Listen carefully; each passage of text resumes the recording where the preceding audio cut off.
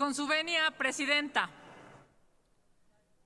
Nuestro país se construyó bajo las bases del Estado democrático, donde la división de poderes tiene como finalidad proteger las libertades de todas las personas.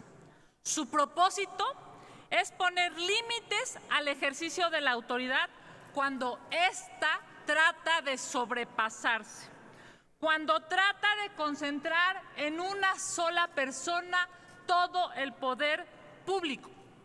Los pesos y contrapesos son necesarios para lograr un verdadero equilibrio y garantizar que todas las personas, sin excepción, tengan acceso al pleno ejercicio de sus derechos fundamentales.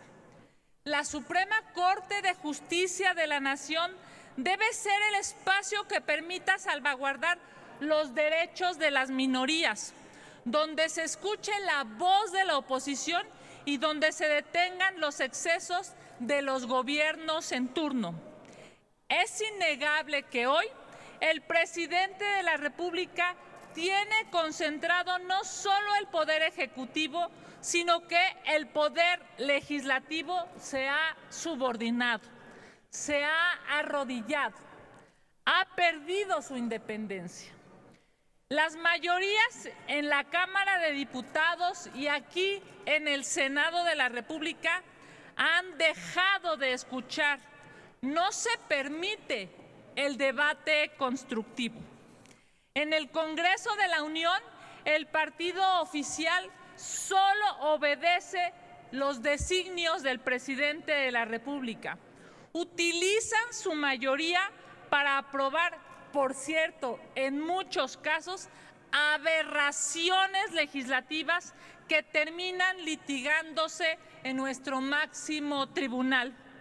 Ante este panorama en el que se utiliza todo el peso del Estado para silenciar las voces disidentes, para minar a quienes piensan distinto, es que se requiere un poder judicial autónomo, independiente, transparente, libre y, por supuesto, imparcial.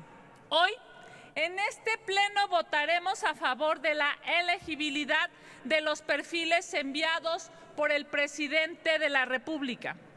Los tres cumplen los requisitos legales para ser electos ministras o ministros de la Corte.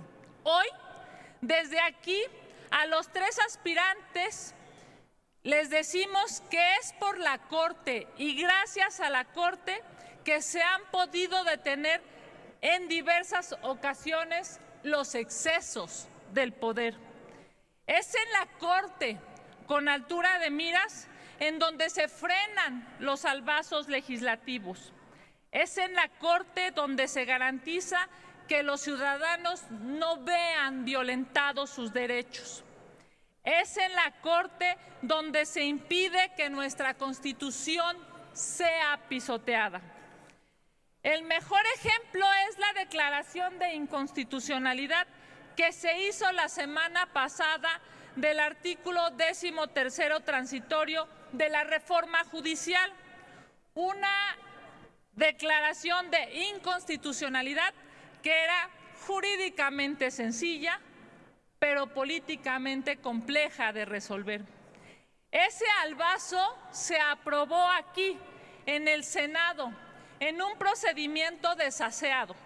Sin duda, aún quedan declaraciones de inconstitucionalidad pendientes por atender en la Suprema Corte, tales como el decretazo que permite que las Fuerzas Armadas realicen tareas de seguridad pública. También está pendiente la reforma eléctrica o los datos biométricos. Otro ejemplo claro y reciente es el decreto a todas luces inconstitucional que se publicó el día de ayer. Este acuerdo aberrante declara que las obras faraónicas emprendidas por el presidente tienen el carácter de interés nacional y de seguridad nacional y así, de manera ilegal, quieren regularizar la falta de permisos y ocultar la información. Cuando se tiene la razón, pero no los votos, cosa que por cierto le ha pasado a quienes hoy están en el gobierno, se hace necesario recurrir a la Suprema Corte de Justicia para que los derechos humanos sean garantizados, para que la Constitución sea respetada, para que las libertades sean salvaguardadas. Por ello, les decimos a quienes hoy aspiran y a quienes están en la Corte que se abstengan de cruzar la calle hacia Palacio Nacional, porque la Suprema Corte de Justicia de la Nación no debe ser subordinada nunca al presidente de la República. Hoy, la Corte está en un momento crucial.